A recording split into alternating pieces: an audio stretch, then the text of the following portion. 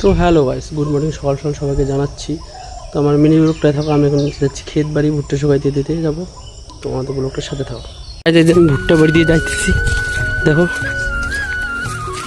ওরা ভুট্টা সব তোলানো শেষ আমাদের।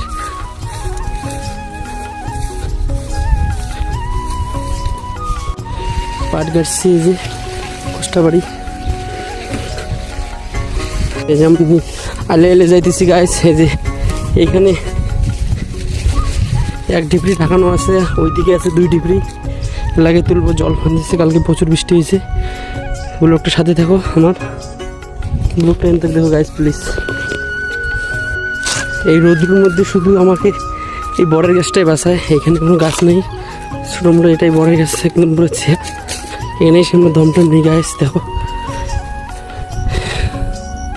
তো গাইস এই যে ভুট্টা মেলায় দিলাম আমি, ভাই, বাবা আছে, ওইখানে যাবো এখন। তো গাইস এগুলা ধনসার গাছ, কে কে চেনো কমেন্ট করো গাইস। এখানেও আছে এই একটা।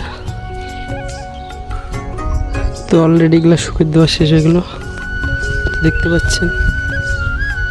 আরও ভুট্টা তোলা বাকি আছে গাইস ওইদিকে। তো প্রচুর গরম পড়ছে গাইস, কি আর বলবো তোমাদের, হাওয়া নাই।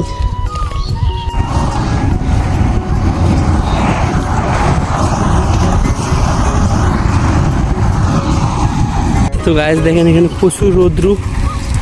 তো এখানে আমি এসে গাছটার নিচে দম নিতেছি, দেখেন এখানে প্রচুর একটা হাওয়া চলতেছে, পুরো মাঠের মধ্যে রোদ, দম নিচ্ছে গাছ। তো গাছ এটা হলো আমাদের ভুট্টা ক্ষেত, দেখেন ভুট্টা সব তোলা শেষ, আরও আছে ভুট্টা 2-3 বিঘা তোলানো বাকি। তো এখানে আমরা ভুট্টা শুকাইতে দিছি গাছ, দেখেন ভুট্টাগুলো অলরেডি শুকাই গেছে। আর কিছু এই গরমের মধ্যে কী করবো গাইস, কিছু করে কাজ করে খাতে লাগবে।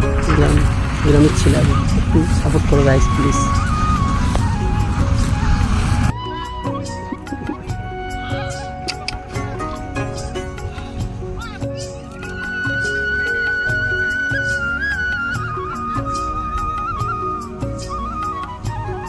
তো গাইস এখন ভুট্টা গোটাবো, দেখেন। তো গাইস আমাদের ভুট্টা রাখা শেষ অলরেডি। তো এখন আমরা যাব, আমি নিয়েছি শাক, আমাদের জমির পাটা শাক নিয়ে আমরা যাচ্ছি এখন।